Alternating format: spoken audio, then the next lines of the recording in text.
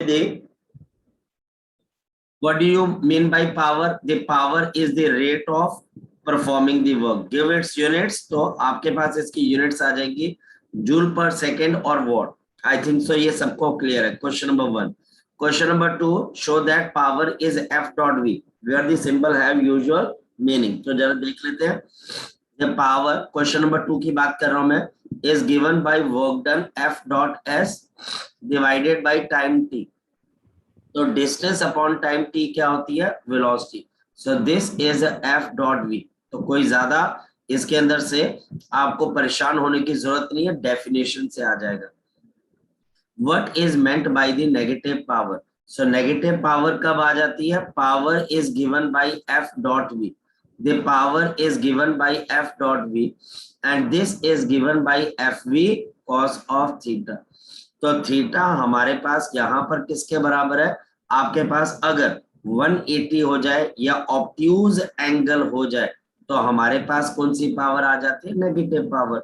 Negative power का मतलब क्या हो गया कि हमारे पास एनर्जी इज लूजिंग. जो बॉडी है वो एनर्जी लॉस हो रहा है उसके अंदर से. इसका मतलब सिर्फ इतना सा होता है. Question number 4. A projectile is going upward. Is the power supplied by the gravity positive or negative? अगर हमारे पास यहाँ पर अगर एक ऑब्जेक्ट प्रोजेक्टाइल अपवर्ड जा रही है, ग्रेविटेशनल फोर्स कहाँ पे लग रही है जरा बता दो मेरे पास. mg downward. इन दोनों के बीच का एंगल कितने के बराबर है? कितने के बीच के बराबर है? 180. तो 180 के अंदर पावर नेगेटिव हुई तो आपके पास यहाँ पर नेगेटिव हो जाएगा. बस इतनी सी बात है. हमें थोड़ा सा जो है गला थोड़ा सा ठीक नहीं है, बीच बीच में डिस्ट्रप्शन आती रहेगी. ठीक है, खांसी थोड़ी सी ज्यादा हो गया, वो अंदर वो जो हो जाता है आपके पास अभी जो अंदर कफ है ड्राई इसलिए है क्योंकि अंदर जितना वो, अब ये लास्ट जब होता है ना जब आपका जुकाम ठीक होने वाला होता है तो जितना कफ होता है वो बॉडी से बाहर आना चाहता है. तो उस केस में क्या होता है कि आपको खांसी लगती है ताकि वो थ्रो आउट करना चाहता है. तो इस वजह से थोड़ा सा रहेगा क्लास के अंदर. आपको ऐसा लगेगा सर ज्यादा खांस रहे. कल रात को तो बहुत बुरी हालत हो गई थी, अभी तो फिर भी कुछ बोल पा रहा हूँ क्योंकि रेस्ट लिया रात को. तो रात को तो मैं कुछ 2 वर्ड्स बोल रहा था, फिर खांसी. फिर मैंने बोला कि भाई रात को जो क्लास होती है, मैंने बोला भाई अगर मैं क्लास लूंगा तो मैं खांसता रहूंगा और जो है अगला दिन भी बेकार जाएगा. तो इस वजह से यहाँ पर थोड़ी सी डिस्ट्रप्शन रहेगी. ठीक है, तो ये आपके पास question number 5. The engine of the train has to apply the 5000 Newton to overcome the friction to run at the rate of, ये देखो velocity आ गई. What is the power developed by the engine? देखो कितना आसान question है. क्या इससे आसान कहीं पर फिजिक्स हो सकती है?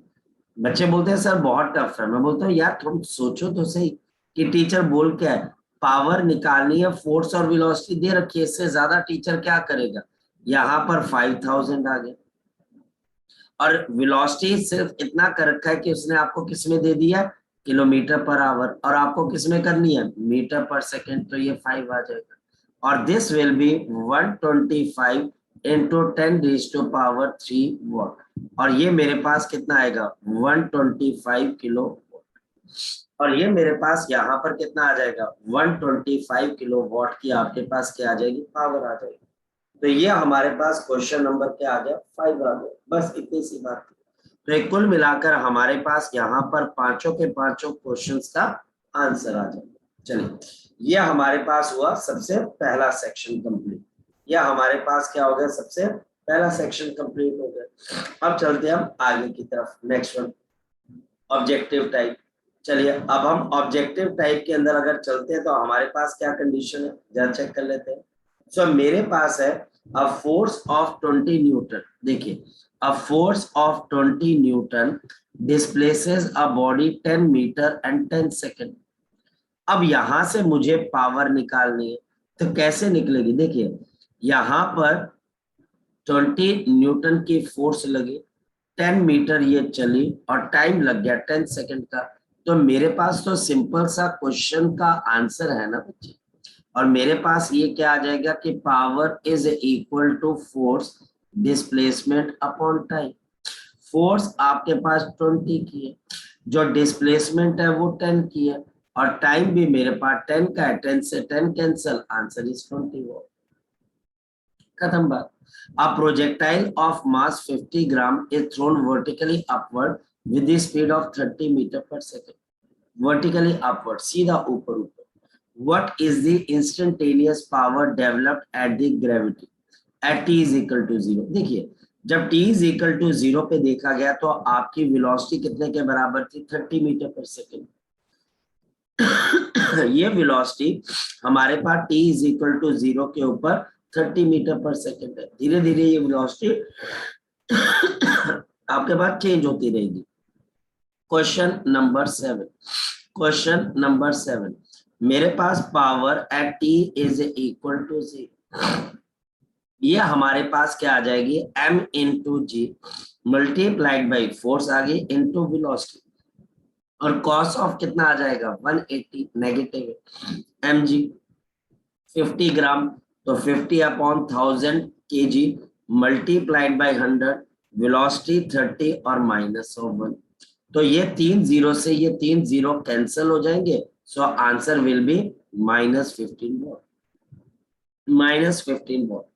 क्वेश्चन नंबर 7 भी हो गया। Question number 8, what is the instantaneous power developed by the gravity at t is equal to 2 second. अब t is equal to 2 second पे ऐसा क्या हो गया कि आपको पावर चाहिए? याद रखना है t is equal to 2 seconds. At t is equal to 2 second मेरी वेलोसिटी अब क्या आ जाएगी? u माइनस ऑफ gt, ये अब कम हो जाएगी और मेरे पास अब आपकी वेलोसिटी किसके बराबर आ जाएगी? This will be equal to 30 minus of 10 into आपके पास 2, यानी कि अब आपकी वेलोसिटी रह जाएगी 10 मीटर पर सेकेंड। और रह क्या गया? अगेन अब मुझे पावर निकालनी है, तो फोर्स इंटू वेलोसिटी, तो 50 ग्राम अपॉन कितना आ गया हमारे पास? 1000 वेलोसिटी। वेलोसिटी हमारे पास यहाँ पर g, आपके पास g भी 10 के बराबर है, mg आ गया, इंटू वेलोसिटी आपके पास कितने के बराबर है? 10। तो ये 3 जीरो चले गए, ये 3 जीरो चले गए और कॉस ऑफ 180 भी है क्योंकि फोर्स और वेलोसिटी ऑपोजिट डायरेक्शन में लग गए। तो हमारे पास -5, तो आंसर विल बी -5। ये हमारे पास इसका आंसर -5 आ जाएगा। बड़ा सिंपल सा क्वेश्चन। चलिए अब चलते हैं हम आगे की तरफ, एक और देख लेते हैं। Next one.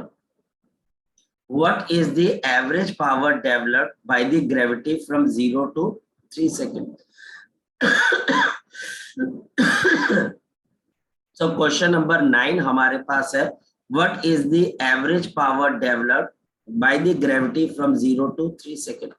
तो देखते हैं क्वेश्चन नंबर 9, हमें एवरेज पावर निकालनी है ग्रेविटी की 0 से लेके 3 सेकंड के बीच में। अगेन हमारे पास यहाँ पर ये क्वेश्चन का आंसर निकालना बड़ा इजी है क्योंकि एवरेज पावर का मतलब हमारे पास क्या हो गया? Average work done. अभी एवरेज वर्क डन हमारे पास आ गया और मुझे यहाँ पर देखिए 0 से लेके, अगर हम बात करें कि 0 के ऊपर आपका वर्क डन कितने का था, अगर हम देखें यहाँ पर तो 0 पे वर्क डन कितने के बराबर था? जरा चेक कर लेते हैं, मैं बताता हूँ। आपके पास 0 के ऊपर वर्क डन कितने के बराबर था बच्चे? हमारे पास ये हमारे पास था -15 और हमारे पास यहाँ पर ये वर्क डन आपके पास 3 सेकंड पे जाकर क्या हो जाएगा? ये वर्क डन हमारे पास 3 इज इक्वल टू आपके पास यहाँ पर जाकर कितना हो जाएगा? तो इसको पहले अंडरस्टैंड करते हैं। सबसे पहले t इज इक्वल टू 0 पे what was the power develop? हमारे पास जो पावर डेवलप हुई थी वो किसके बराबर थी? जो पावर डेवलप हुई थी वो हमारे पास किसके बराबर थी? That was is equal to minus of 15 watt. ये हमारे पास किसके बराबर थी? -15 वॉट के बराबर थी। नेक्स्ट वन, हमारे पास यहाँ पर at t is equal to 3 second आपके पास जरा पावर डेवलप देखो किसके बराबर आ जाएगी? शाबाश बता दो। तो हमारे पास पावर डेवलप किसके बराबर है? जरा कोई बच्चा ट्राई करके देखे। तो मेरे पास पावर किसके बराबर आ जाएगी? F डॉट ऑफ V आ जाएगी। और मेरे पास यहाँ पर अब इसको निकालना कैसे है? जरा देखें, फोर्स तो mg की ही लगती रहेगी। अब वेलोसिटी क्या हो जाएगी, क्या वो 30 मीटर पर सेकंड पे लगेगी, नहीं, आपकी वेलोसिटी कम होती जा रही है। 30 माइनस ऑफ बच्चा हमारे पास g और मल्टीप्लाइड बाय t, तो t आपके पास यहाँ पर आ जाएगा और t आपके पास यहाँ पर कितने के बराबर है, 3 सेकंड। तो 30 माइनस 30 क्या आ गया, 0। अब सोच के देखो कि हो क्या रहा है हमारे पास, हो ये रहा है बच्चे, फोकस अगर हम करें तो हमारी जो पावर है, जो हमारी पावर है, ये पावर आपके पास क्या हो रही है, ये आपके पास ऊपर से नीचे की तरफ को डिक्रीज हो रही है। ये -15 वॉट से 0 आ रही है कितने के अंदर, 3 सेकंड के अंदर। ये 3 सेकंड के अंदर हमारे पास क्या हो रही है, जो पावर हो रही है वो हमारे पास यहाँ पे डिसिपेट हो रही है, पावर हमारे पास हमारे हाथ से जा रही है। पहले ये नॉन जीरो थी और फिर ये हमारे पास जीरो होगी। मतलब कि अगर मैं यहाँ पर ग्राफ को, मुझे लगता है कि ग्राफ को मुझे थोड़ा सा चेंज करना पड़ेगा, वेट करो, क्योंकि माइनस है ना, माइनस है तो मैंने गलत बना दिया, जरा देख लेते हैं। तो मेरे पास यहाँ पर जो पावर है वो -15 से आपके पास कहाँ की तरफ को जा रही है, -15 से 0 की तरफ। एवरेज क्या होता है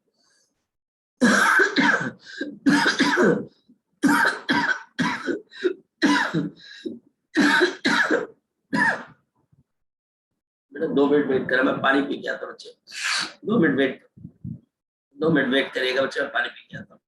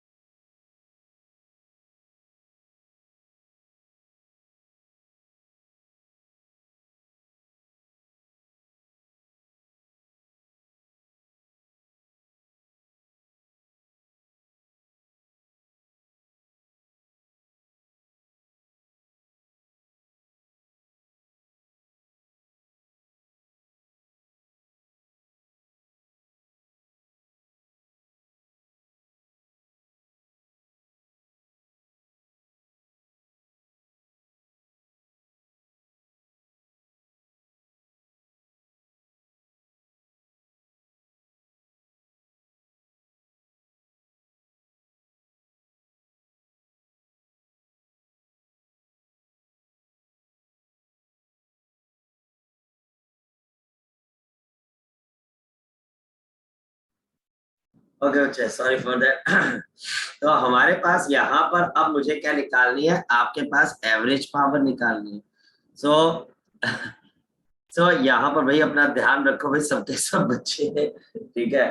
तो मैंने तो जो यार ठीक ठाक कोल्ड ड्रिंक पी है एक दिन की, वो कोल्ड ड्रिंक मुझे अभी तक सजा दे रही है, ठीक है। बर्फ वाला पानी की तसल्ली नहीं होती ना बर्फ वाला पानी पी के, तो इस वजह से जो है अपना ध्यान रखो भाई, ठीक है। कि भाई टेम्पटेशन हो जाती है ना कि यार बड़ी गर्मी पड़ रही है, बड़ी गर्मी पड़ रही है और बर्फ वाला पानी पियो, तो ये वो आपको नुकसान देता है। चलो, सो अब उतना ही गर्म पानी पियो तो अभी गर्म पानी करके आप पी के आओ, तो जाकर आप बैठ के कोई काम कर पाओगे। ओके, एवरेज क्या होता है, पहले ये 15 था, फिर ये 0 हो गया, तो एवरेज आपके पास क्या होता है, एवरेज 0 प्लस ऑफ -15 अपॉन बच्चे आपके पास 2, तो माइनस ऑफ 7.5 वॉट। तो ये हमारे पास इस क्वेश्चन का आंसर। नेक्स्ट वन हमारे पास क्या, a motor boat is travelling with the speed of 3 metre per second if the force on it due to the water flow is 500 newton then the power of the voltage. Simple 500 into 3। यार ये power वाला topic ऐसा है बच्चे, याद रखना, घबराना नहीं, इसमें बहुत इजी क्वेश्चन आते हैं बिलीव में, और इसके क्वेश्चन कम भी आते हैं।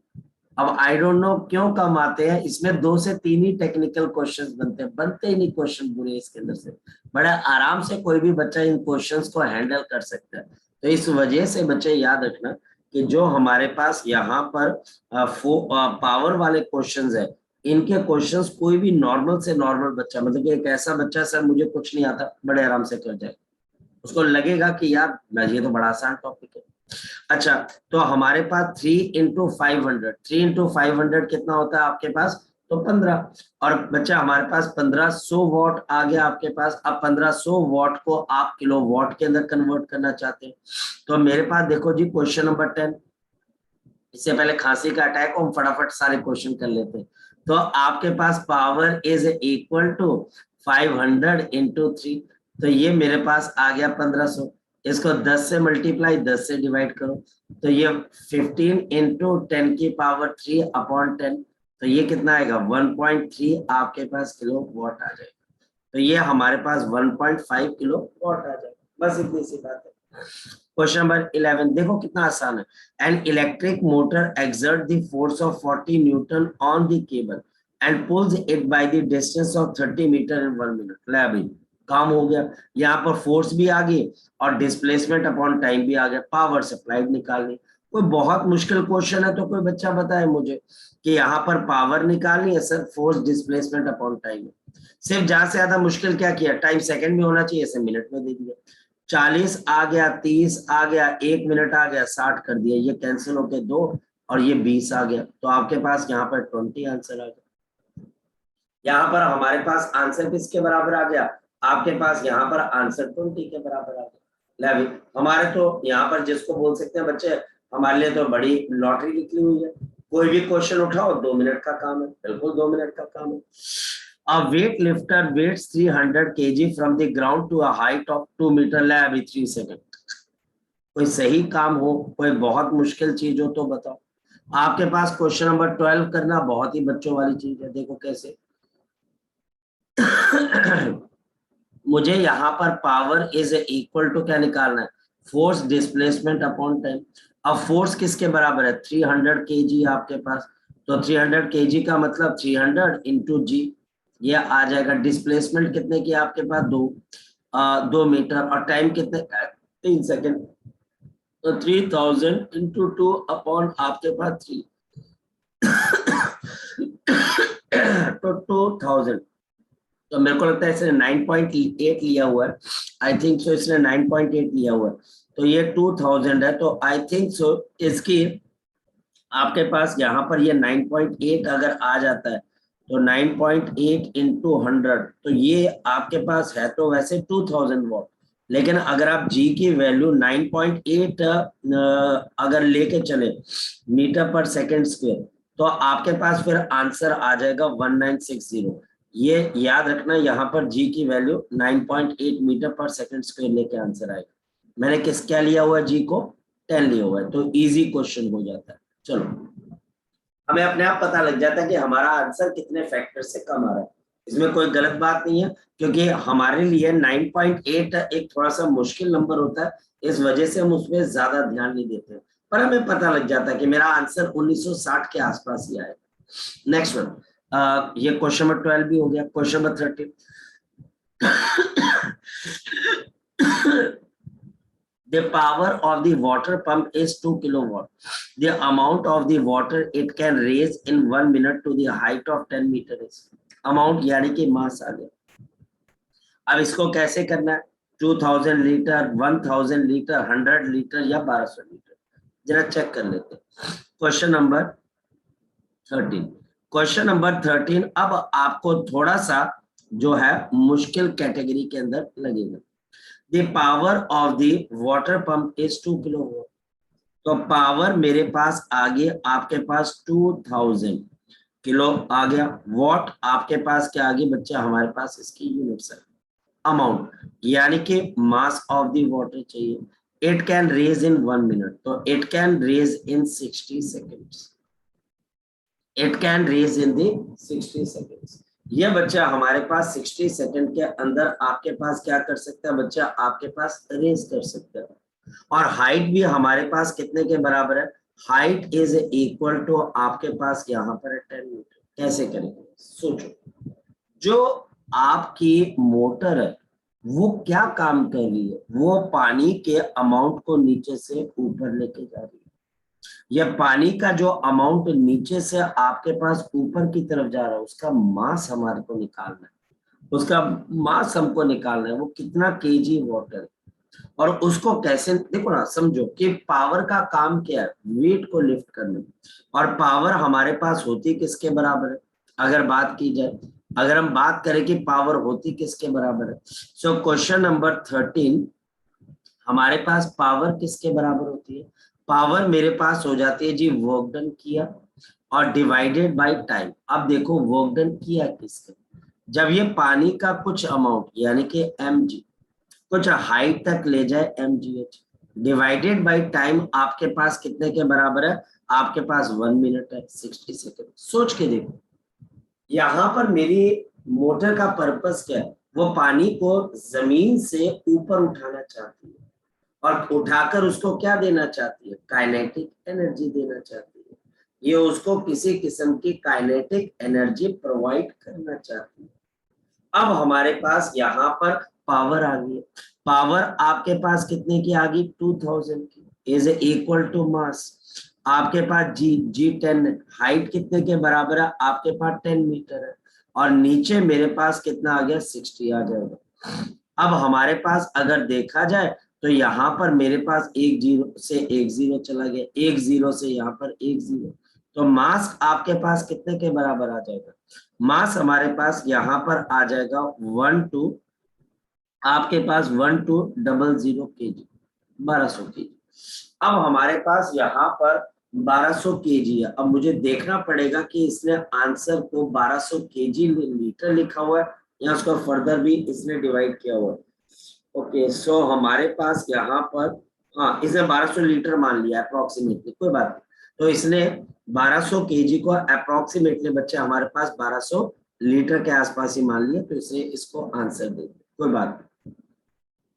Question number 14, now the question number 14 is most important question, और आप एक्सपेक्ट कर सकते हो कि जेई के अंदर या नीट के अंदर या फिर केवीपीवाई के अंदर ये वाला क्वेश्चन आपको पूछा जाए, क्योंकि इस क्वेश्चन को करने की टेक्निक है, और ये टेक्निक आपको अगर समझ में आ जाए तो क्वेश्चन बड़ी जल्दी सॉल्व हो जाता है, और ये टेक्निक अगर हमको समझ में ना आए तो बड़ा टाइम लग जाता है। A motor pump is used to deliver the water at a certain rate from the given pipe to obtain twice, ये देखो, to obtain twice as much as water from the same pipe. In the same time, the power of the motor has to be increased to.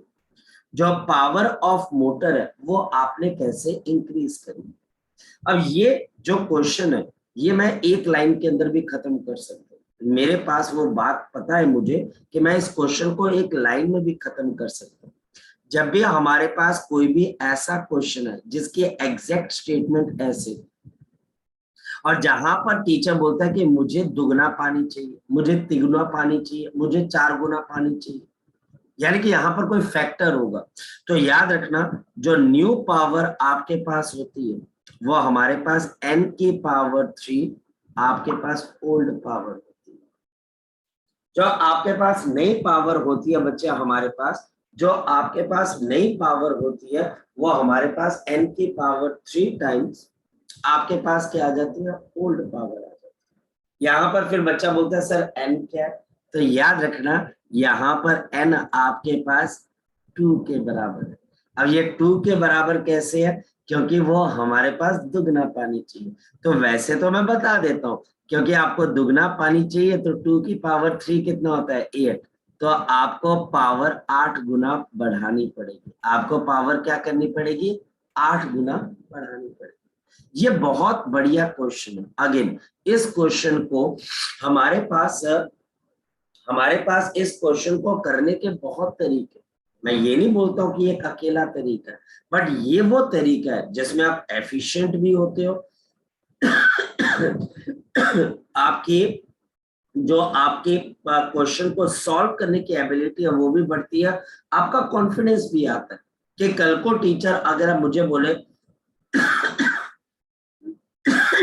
कि मुझे 4 times ज्यादा पानी चाहिए, 4 गुना ज्यादा पानी चाहिए, तो मैं उस केस में क्या करता हूँ, 4 की पावर 3 यानी 64 टाइम्स मैं अपनी पावर को बढ़ा दूं।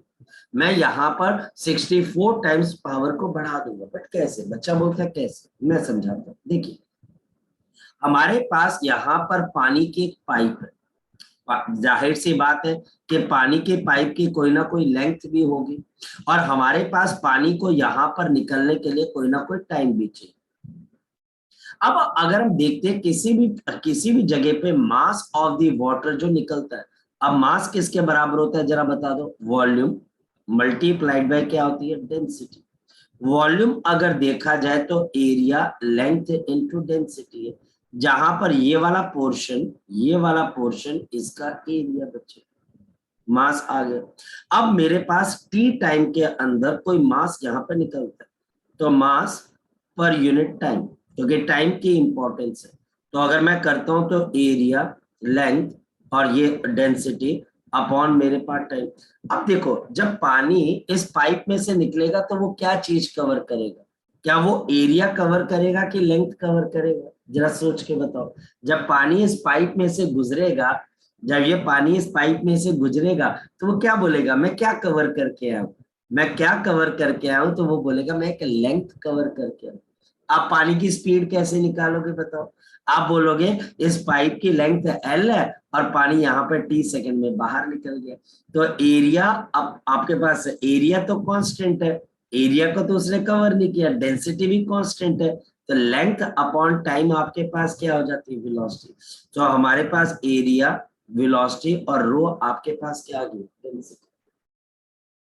तो एरिया, वेलोसिटी और रो, ये हमारे पास इसकी एरिया, वेलोसिटी और डेंसिटी, ये मेरे पास क्या आ गई, मास पर यूनिट टाइम है, ये मेरे पास मास पर यूनिट टाइम आ गया। ठीक है, काम खत्म हो गया। ये हमारे पास मास पर यूनिट टाइम आ गया, एरिया लेंथ रो अपॉन आपके पास टाइम टी है, तो ए और आपके पास वी और आपके पास रो, ये हमारे पास ये वाली चीज आ गई। अब नेक्स्ट वन सोच के देखो, मुझे सेम टाइम पे ज्यादा से ज्यादा यहाँ पर क्या चाहिए, पानी चाहिए, यानी कि मुझे दुगना पानी चाहिए, मुझे ट्वाइस पानी चाहिए, तो मैं इस ट्वाइस की जगह मैं एन फैक्टर को यूज कर लेता हूँ, मुझे एन टाइम्स ज्यादा पानी चाहिए, यानी कि मुझे पानी का मास एन टाइम्स ज्यादा चाहिए। सो देयरफॉर अगर मैं चाहता हूं कि मेरे पास जो नया मास है पर यूनिट उसी टाइम के अंदर मुझे नया चाहिए, और कितना चाहिए, एन टाइम्स ज्यादा चाहिए, तो ये मेरे पास क्या आएगा, A into n v into rho. ना मैं एरिया चेंज कर सकता हूँ, ना मैं डेंसिटी चेंज कर सकता हूँ, मुझे पानी की स्पीड बढ़ानी पड़ेगी। मैं अगर पानी की स्पीड को n टाइम्स बढ़ा दूंगा तो इसका मतलब क्या हो जाएगा, मेरे पास यहाँ पर उस पर्टिकुलर सिचुएशन के अंदर आपके पास जो भी आपका पानी है वो ज्यादा आने लग जाएगा, स्पीड बढ़ जाएगी तो ज्यादा पानी आएगा, बहुत ज्यादा।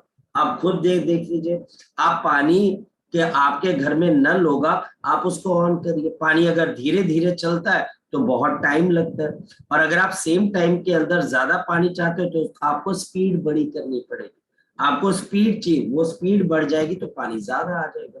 ट्यूबवेल और आपके घर पे जो नल है उसके अंदर फर्क किसका है, सेम टाइम के अंदर कौन ज्यादा पानी डालता है, ट्यूबवेल, क्योंकि उसमें पानी की स्पीड क्या होती है, ज्यादा होती है। चलो ये भी आ गया, तो यानी कि हमारी वेलोसिटी एन टाइम्स बढ़ जाती है।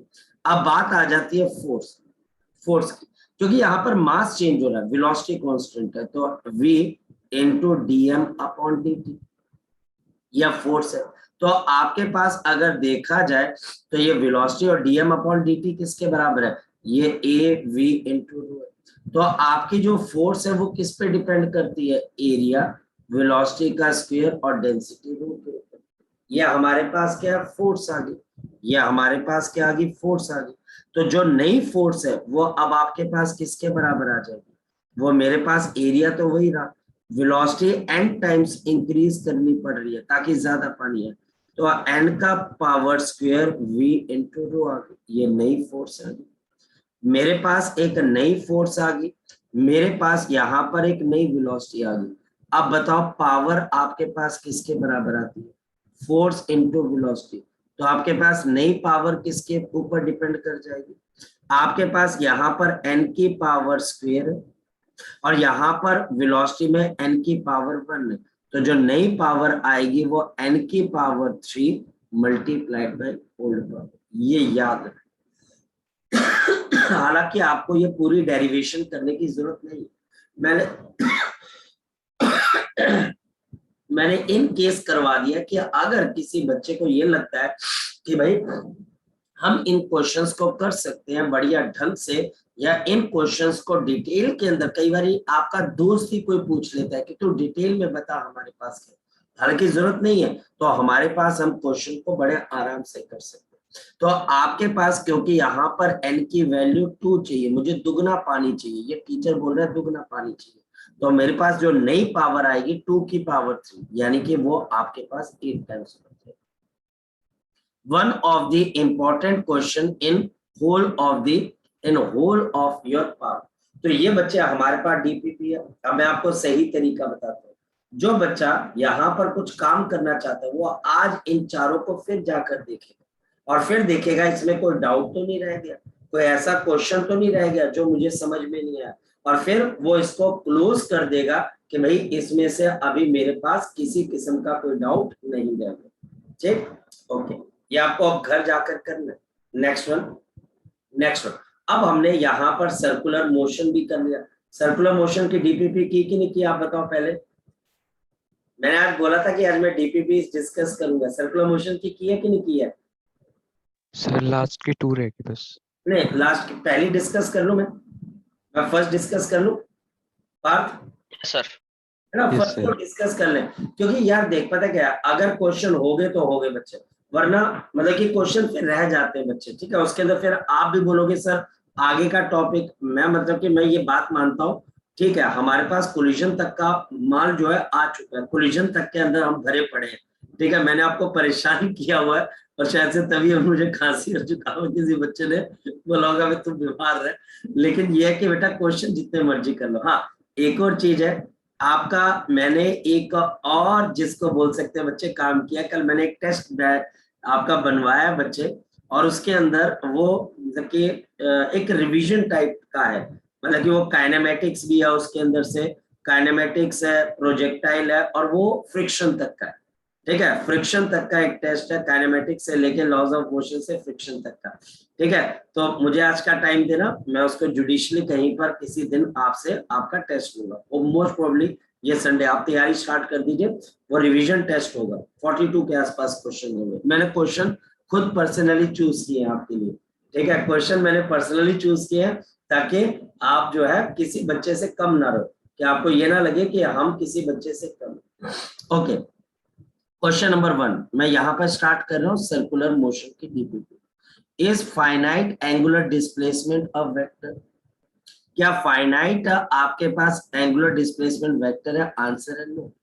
तो फिर क्या होता है आपके पास, आप लिखोगे इनफाइनाइट स्मॉल, यानी कि बहुत बहुत छोटा,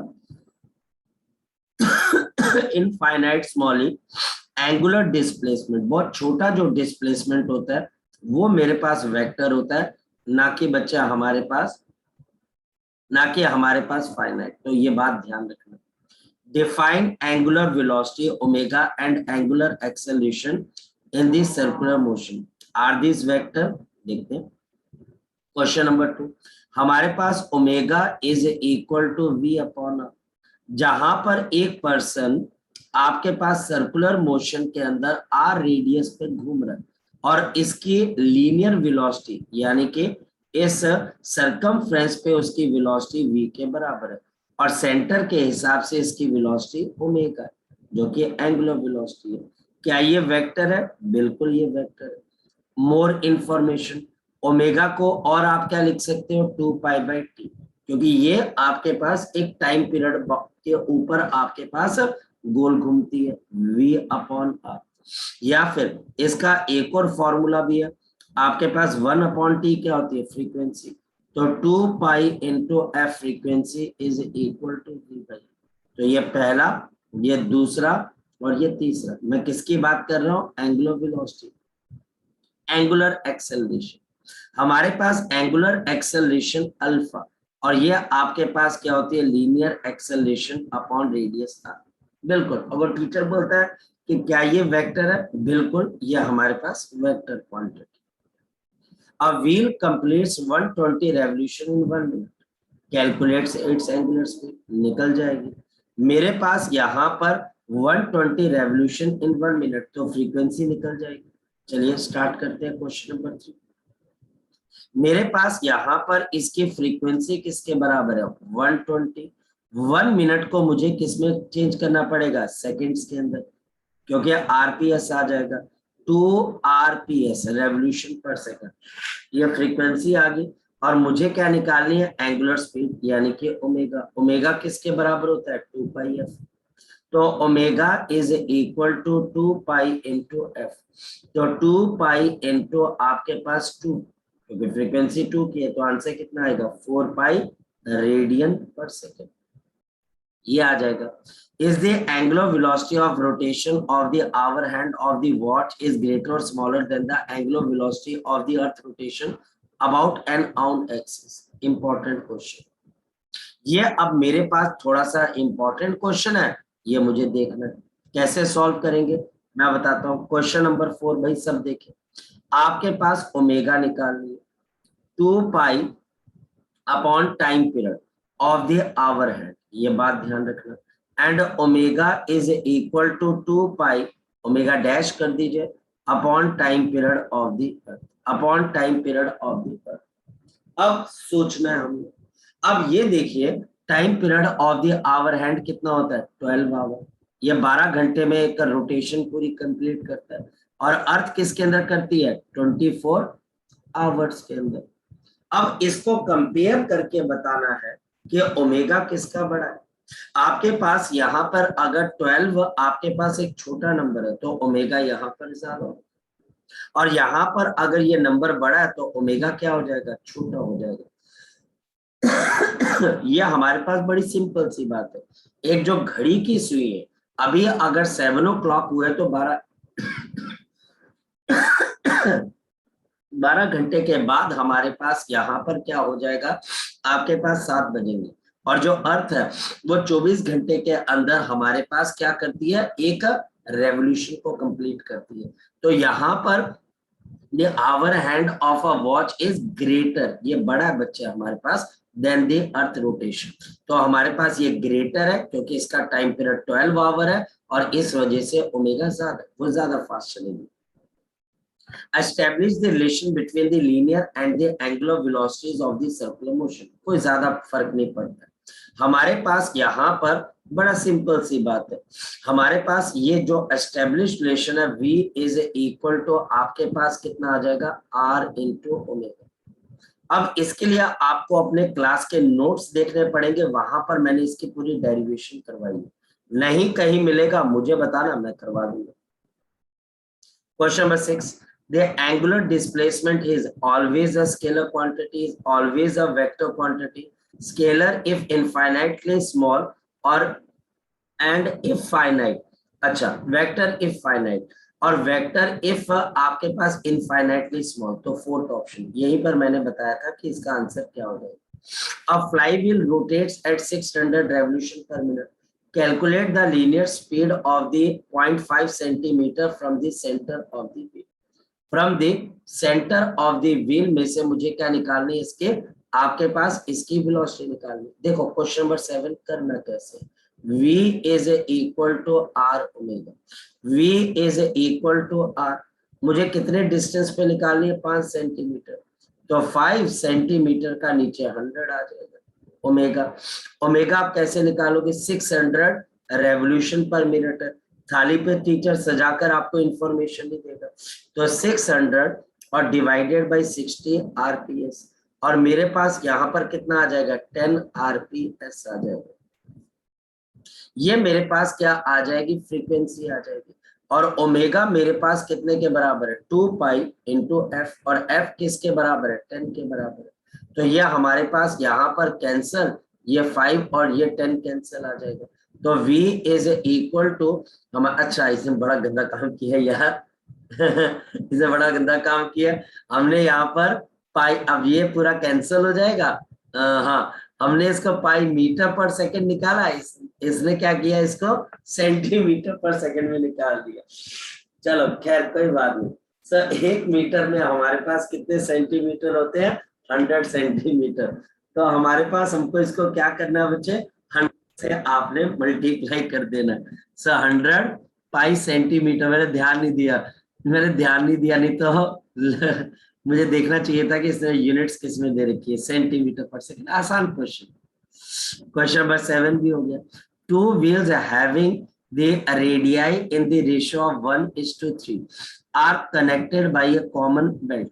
If the smaller wheel is accelerated from the rest of 1.5 radian per second square for 10 seconds, the angular velocity of the bigger wheel will be. मुझे यहाँ पर एंगुलर वेलोसिटी निकालनी है किसकी बच्चे, आपके पास बिगर व्हील की। अब हमारे पास इस क्वेश्चन का सबसे पहले तो हम डायग्राम देखते हैं। हमारे पास है कैसे, ये मेरे पास एक बड़ी व्हील आ गई और ये मेरे पास एक छोटी व्हील आ गई, और इनके बीच में मेरे पास एक बेल्ट लगी हुई है। ये देखिए बेल्ट लगी। अब जो बेल्ट है बच्चे, वो तो एक कॉमन स्पीड से चलेगी। जितनी स्पीड यहाँ पर है उतनी स्पीड यहाँ पर है, उतनी स्पीड यहाँ पर है। अगर ये स्पीड डिफरेंट हो जाएगी तो आपके पास क्या हो जाएगा, हमारे पास यहाँ पर फर्क पड़ जाएगा। आपके पास, हमारे पास ये जो बेल्ट है ये ढीली होनी शुरू हो जाएगी। तो पहली चीज है हमारे पास कि भाई यहाँ पर हमारे पास ये जो बेल्ट्स है, ये इनकी जो ये v मीटर पर सेकंड की स्पीड है, v मीटर पर सेकंड की स्पीड है, v मीटर पर सेकंड की स्पीड है, ये सेम होनी चाहिए। If the smaller speed is accelerated from the rest for 1.5 radian per second for the, आपके पास यहाँ पे 10 seconds, find the angular velocity of the bigger wheel. मुझे बिगर व्हील की क्या निकालनी है, आपके पास एंगुलर वेलोसिटी निकालनी है। जरा चेक कर लेते हैं। तो हमारे पास यहाँ पर क्या चीज आ गई, क्वेश्चन नंबर 8। क्वेश्चन नंबर आपके पास यहाँ पर 8, जरा चेक कर लेते हैं।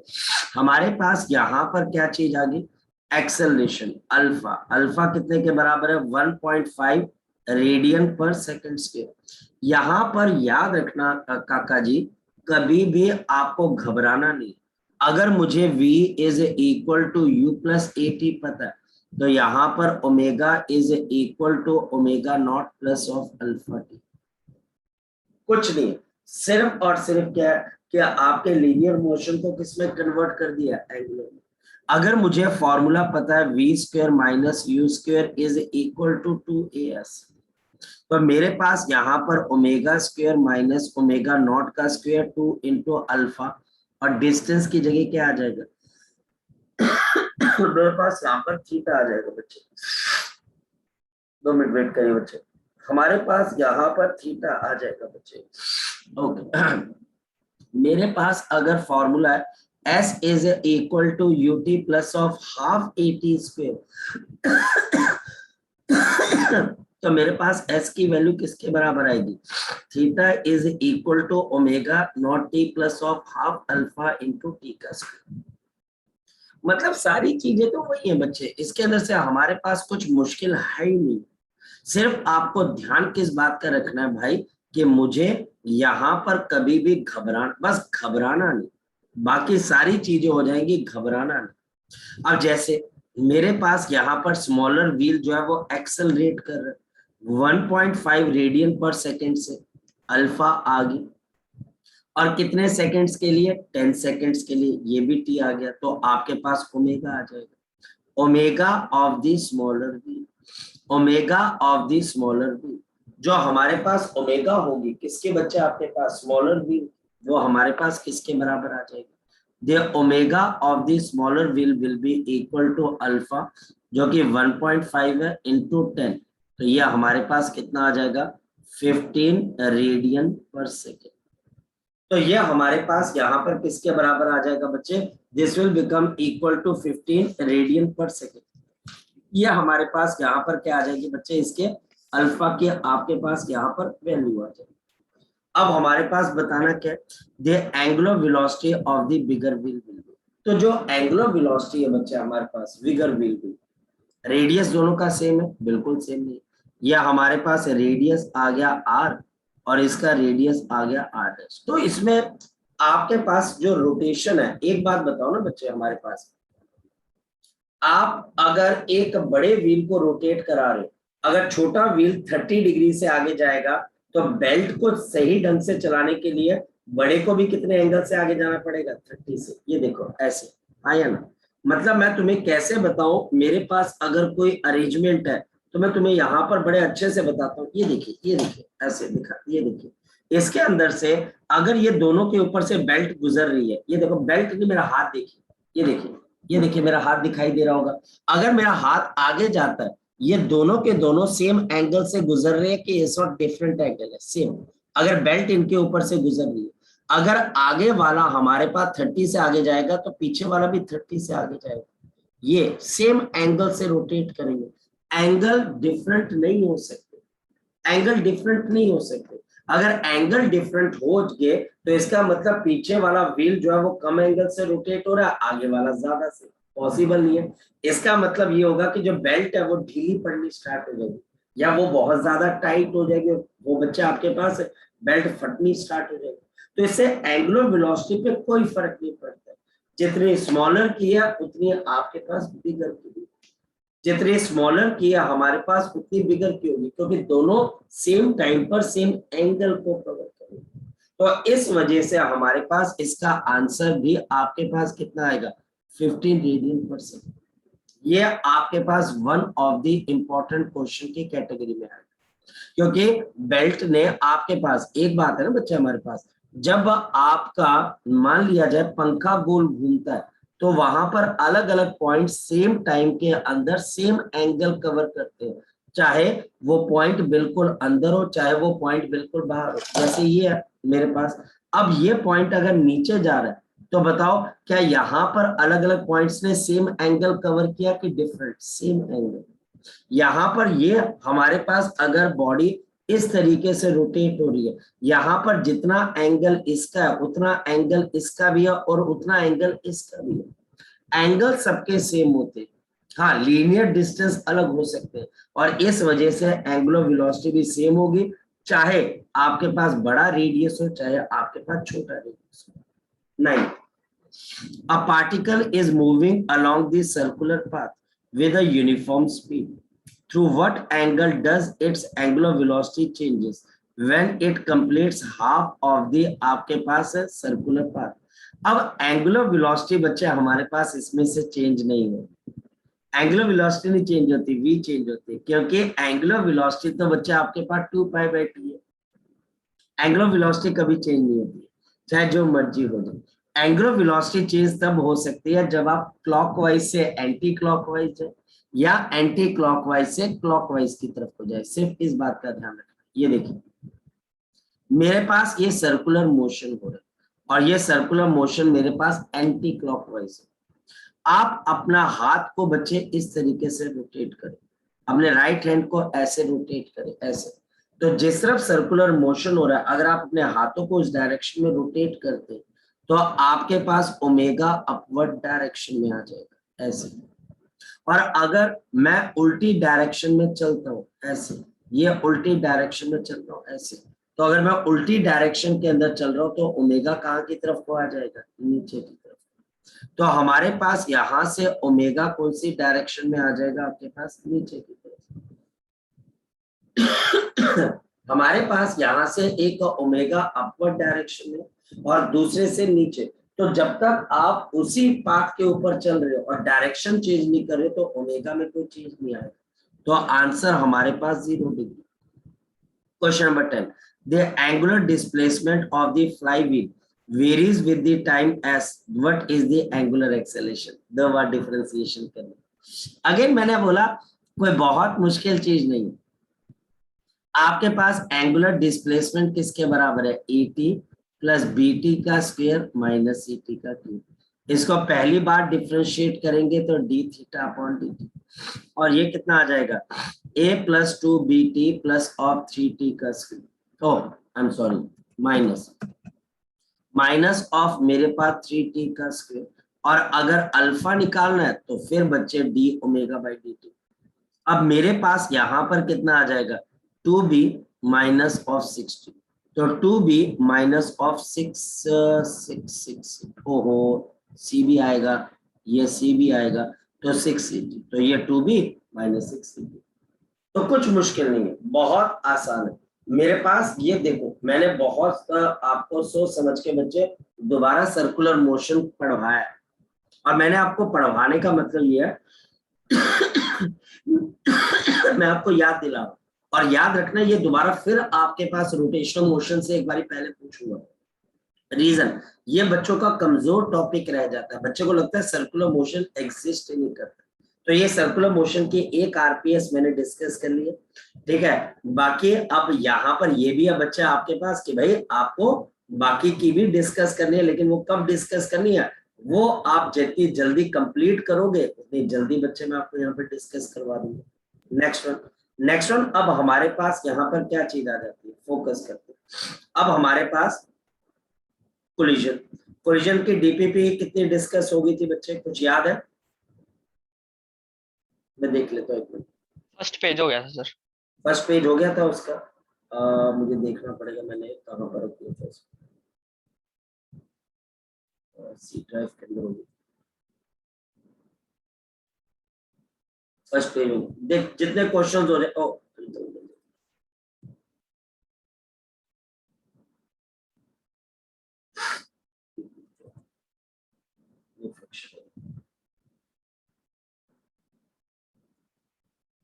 ये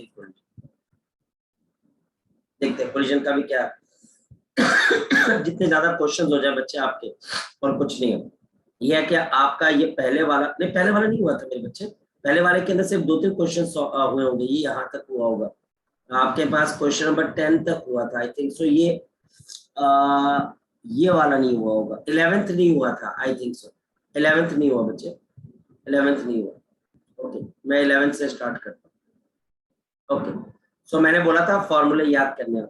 ओके, सो हम यहाँ पर इसके क्वेश्चन नंबर 11 से बच्चे यहाँ पर शुरू करते हैं। हम क्वेश्चन नंबर 11 से यहाँ पर शुरू करते हैं इसके, और हमारे पास क्वेश्चन नंबर 11 आपके पास क्या कह रहा है इसका, जरा अगर हम ध्यान से देखें कि मेरे पास यहाँ पर एक हेड ऑन कोलिजन आपके पास होगी। सो मेरे पास यहाँ पर एक हेड ऑन कोलिजन आपके पास हो रही है। So we are having the head on collision, a particle of mass m is moving with the speed of 6 meter per second, collides with very light particle at rest, light particle यानी बहुत कम है, and the speed of the lighter particle after the collision will be। अब जरा सोच के बताओ, question number 11, जब मैंने आपको क्या बोला था, the mass of the आपके पास the mass of the target is much smaller than the mass of the particle, यानी कि प्रोजेक्टाइल।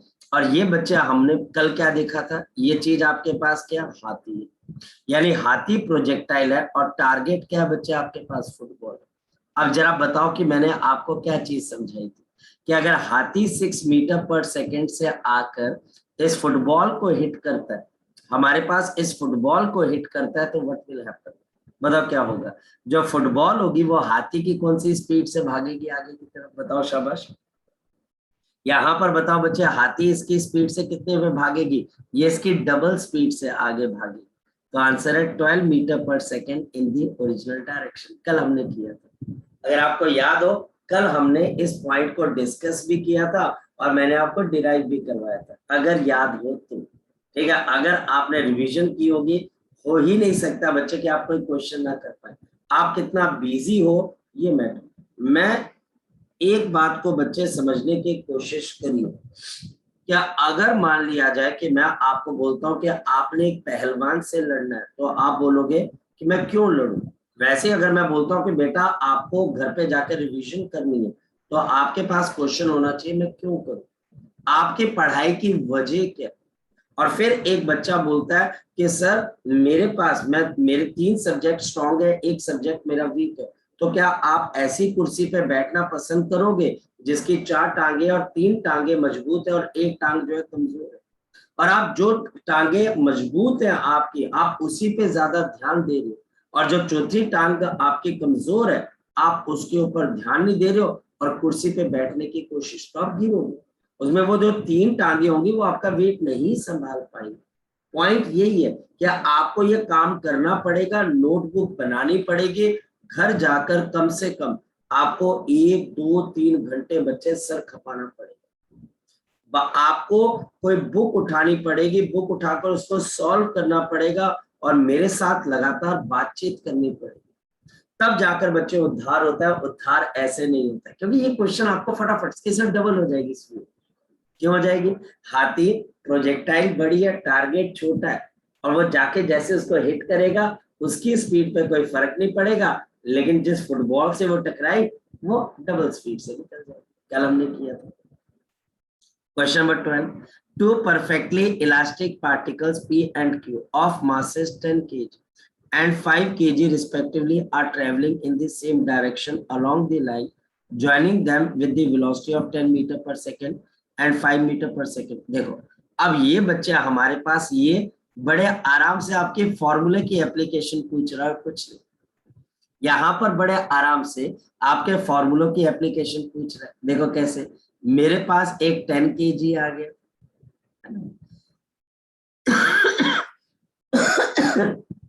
और मेरे पास इसके पीछे आपके पास 5 kg आ गया, और हमारे पास इसकी स्पीड कितने के बराबर है? 10 मीटर पर सेकेंड, और इसकी स्पीड आपके पास कितने के बराबर है? 5 मीटर पर सेकेंड। आगे स्पीड, और मेरे पास वो क्या बोल रहा है? After collision there velocity will be, इनकी वेलोसिटी मुझे निकालनी, सपोज कि 10 kg की मुझे वेलोसिटी निकालनी, और इसकी वेलोसिटी कैसे निकलेगी? शॉर्टकट देखो बच्चे, या फॉर्मूला देखो v1, तो ये v1 आपके पास क्या आ जाएगा? मास कितना आपके पास? 10 माइनस इसका मास कितना? 5 क्योंकि इलास्टिक है, इसकी वेलोसिटी कितनी है? 10 plus of 2 into 5 into 5 and divided by total sum of the masses 10 plus of 5 50। तो v1 कितने के बराबर आ जाएगा? 5 into 10 प्लस ऑफ ये 25 into 2, तो 50 आ जाएगा आपके पास डिवाइडेड बाय 15। तो हमारे पास v1 कितने के बराबर आ जाएगा? 50 प्लस 50, तो 100 डिवाइडेड बाय 15, तो 100 डिवाइड बाय 15 मतलब 20 अपॉन आपके पास यहाँ पर 3 मीटर पर सेकेंड आ गया। किसकी आ गई? 10 मीटर पर सेकेंड, तो 20/3 आपके पास एक फोर्थ ऑप्शन के अंदर आ रही। अब नेक्स्ट, अगर मुझे 5 kg निकालना, देखो मैं आपको सिर्फ तरीका बताऊंगा कितनी जल्दी आप क्वेश्चन कर सकते हो। 5 kg, अगर 5 kg की निकालनी है तो इसकी वेलोसिटी v2 मान लो, क्योंकि 5 kg की निकालनी है 5 माइनस 10, और फिर 5 kg की ही इनिशियल वेलोसिटी कितने के बराबर है? 5 प्लस ऑफ यहाँ पर 2 into मास, मास बच्चे अब आ जाएगा दूसरे का 10, और उसकी वेलोसिटी भी 10 डिवाइडेड बाय आपके पास क्या आ जाएगा? 5 plus of 10 total mass minus 5 into 5 minus 25, और यहाँ पर मेरे पास प्लस ऑफ कितना आ जाएगा? 200, ये मेरे पास 200 डिवाइडेड बाय मेरे पास कितना आ जाएगा? 15 आ जाएगा, और मेरे पास यहाँ पर अगर मैं इसको सॉल्व करता हूँ तो मेरे पास कितना आ जाएगा? 175, और नीचे कितना आ जाएगा? 15। अब बताओ 175 और 15, तो आपके पास कितने के आसपास आएगा? तो 15 आपके पास यहाँ पर 15 इनटू क्या किया जाए कि 170, चलो 3 से हम पहले कैंसिल कर लेते हैं, या 5 से, 5 आपके पास यहाँ पर कितना आ जाएगा? 5 into 3, और आपके पास यहाँ पे 2, तो 35/3। अच्छा जी, बड़ा गेम खेल गया, यहाँ पर मिस प्रिंट था, तो ये 20/3 होना चाहिए, 35/3, तो ये ऑप्शन है फोर्थ में। बताओ क्या मुश्किल है? फॉर्मूले की गेम है बच्चे, फॉर्मूले की गेम है। अब ये फॉर्मूले सर मुझे याद नहीं हो रहे हैं, बेटा वो याद करने पड़ेंगे, बेटा मैं आपको ये बोल रहा हूँ, ये आपको याद करने पड़ेंगे किसी ना किसी तरीके से। तो आज के लिए हम इतना करते हैं, हमने बहुत सारे क्वेश्चंस किए, कल हम बच्चे नया इस इस तरह के क्वेश्चंस को अब हम जो थोड़े बहुत क्वेश्चंस आपके पास इसके रह गए, इन क्वेश्चंस को आपने आज घर पे जाकर कंप्लीट, 3 से 4 रह गए, इसके बाद एक डीपीपी ये रह गई है बच्चे, और एक डीपीपी ये रह गई, 3 डीपीपी। इसको भी मैं कवर अप करवा दूंगा बच्चे, आप घबराइएगा मत। लेकिन एक बात ध्यान रखिए, क्या आपको ये करने पड़ेंगे, और कल हम नया चैप्टर शुरू कर देंगे सेंटर ऑफ मास। लेकिन बेटा इसको कंप्लीट कर दीजिए, इसको कंप्लीट करके आज सोना बेटा, आज रात को सोना तभी है जब आप कंप्लीट कर तब आपको फायदा है। ठीक है, चलिए बच्चे, ओके।